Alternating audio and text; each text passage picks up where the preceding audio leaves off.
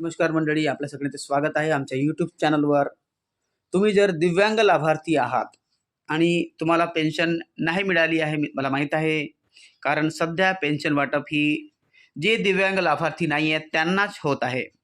परंतु तुमच्यासाठी एक आनंदाची बातमी आहे मित्रांनो, ह्या पुढच्या आठवड्यात म्हणजे येत्या शुक्रवारपासून पेन्शन वाटप होण्याची शक्यता आहे.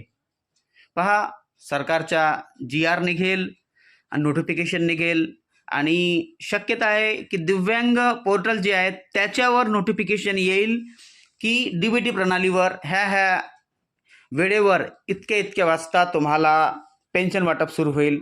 शक्यता अशी दर्शवली जात आहे मित्रांनो. ज्याप्रमाणे बाकीच्या लाभार्थ्यांना, संजय गांधी निराधार योजनेच्या लाभार्थ्यांना पेन्शन मिळते, डी.बी.टी. पोर्टलवर त्यांचे नोटिफिकेशन येतो, मेसेज येतो, त्याचप्रमाणे मेसेज दिव्यांग पोर्टलवर पण येण्याची शक्यता आहे. अशाच प्रकारे मेसेज येईल.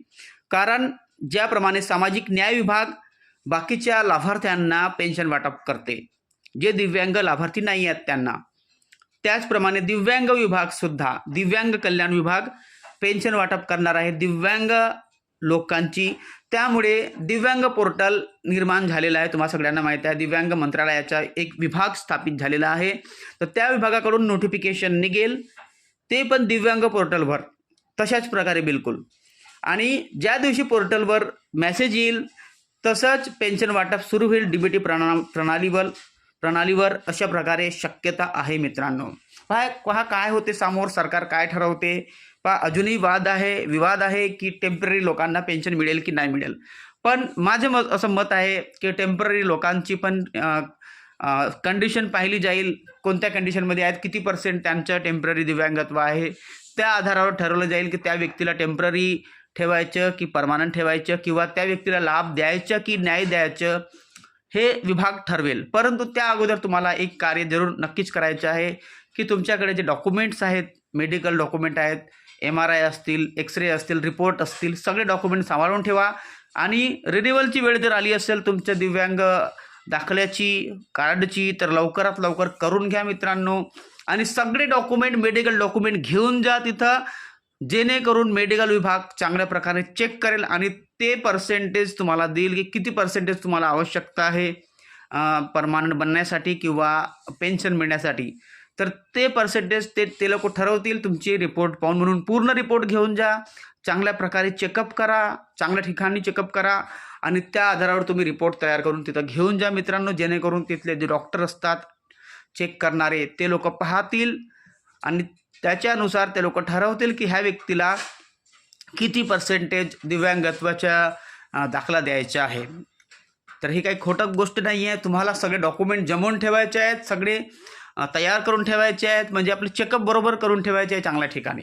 खूप महत्त्वाची गोष्ट मी सांगितली मित्रांनो. म्हणून आमच्या चॅनलला सबस्क्राईब करा, लाईक करा, हाईप करा आणि कॉमेंट करा.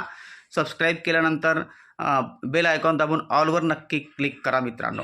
मी तुम्हाला सांगू इच्छितो, ह्या वेळेस आता ठरवणार आहे सरकार की टेम्पररी लोकांना द्यायचं की नाही द्यायचं. पण माझं असं मत आहे, टेम्पररी लोकांना ते लोक देतील, पण पर्सेंटेजनुसार देतील की ह्या व्यक्तीला त्रास कोणता आहे आणि कशा प्रकारचा त्रास आहे आणि वर्षातून किती वेळा त्याला ॲडमिट करण्यात येते किंवा काय प्रॉब्लेम आहे हे पाहण्यात येईल. त्यानुसारच ते लोक ठरवतील की ह्या व्यक्तीला पेन्शन द्यायची की नाही द्यायची, हे दिव्यांग विभाग ठरवणार आहे. म्हणून सरकारनं पण चांगल्या प्रकारे विचार करून ठरवायला पाहिजे की कोणत्या व्यक्तीला किती द्यायला पाहिजे किंवा कसे द्यायला पाहिजे. म्हणून खूप महत्त्वाची गोष्ट आहे मित्रांनो. समोर काय होते आपण पाहूया. पण येत्या शुक्रवारपासून पेन्शन वाटप होण्याची शक्यता आहे. म्हणजे नोटिफिकेशन येईल, जी.आर. येईल, त्या आधारावर सगळं पेन्शन वाटप सुरू होईल मित्रांनो. वाट पाहूया शुक्रवारी काय होते. आता सरकार कोणता दिवस ठरवते त्यांच्यावर आहे, पण मला माहीत झालं की शुक्रवारपासून होण्याची शक्यता आहे.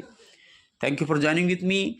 आधार अपडेट करून ठेवा, UDID कार्ड अपडेट करून ठेवा, KYC नक्की करून ठेवा तिन्ही ठिकाणची, म्हणजे UDID कार्डवरची आणि दिव्यांग पोर्टलवरची आणि आपल्या बँकेमधली. आणि आधार अपडेट आणि UDID कार्ड अपडेट करून ठेवा, लाईफ सर्टिफिकेट करून ठेवा, कारण खूप महत्त्वाचं आहे. सगळ्या बाजूने तुम्ही तयार होऊन राहा, कारण त्याशिवाय तुम्हाला समोर पेन्शन मिळेल की नाही मिळेल हे सरकार ठरवेल. Thank you for joining with me. Subscribe करा आमच्या चॅनलला.